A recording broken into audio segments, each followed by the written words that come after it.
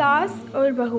एक लड़की की शादी हो गई और वो अपने शौहर के घर आ गई, लेकिन सास के साथ उसकी पहले दिन से ना बनी।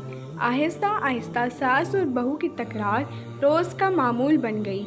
एक दिन लड़की तंग आकर एक हकीम के पास गई, जो उसके वालिद के करीबी दोस्त थे, और उनसे कहा कि वो कोई ऐसा जहर उसे दे दें जो वो अपनी सास को खिलाकर हमेशा के लिए रोज़ की तू में से अपनी जान छुड़ा ले।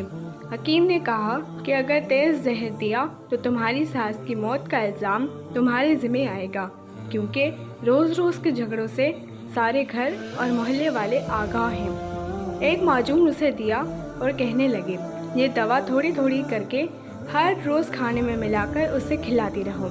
इस जहर का असर बहुत सुस्त है, आहिस्ता आहिस्ता जिस्म में फैलकर तुम्हारी सास की जान ले लेगा। और याद रखो कि इस सारे अरसे में तुम्हें अपनी सास की फरमाबरदारी और उसकी खिदमत करते हुए गुजारना पड़ेगा। बहू ने ऐसा ही किया। रोज़ाना माजून की थोड़ी सी मिकदार खाने में मिलाकर अपनी सास को देती, उसके साथ मेहरबानी और मोहब्बत से पेश आती।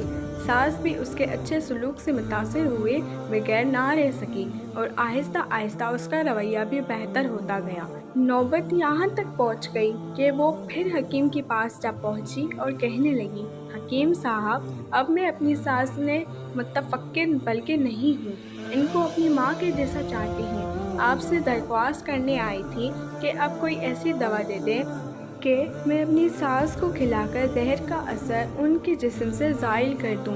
हकीम साहब मुस्कुराकर कहने लगे, बेटी फ़िक्रमंद ना हो, जो माजून मैंने तुम्हें दिया था वो जहर नहीं था, एक बेज़रर माजून था।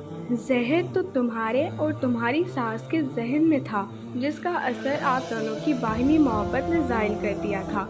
अब हमेशा खुश रहो।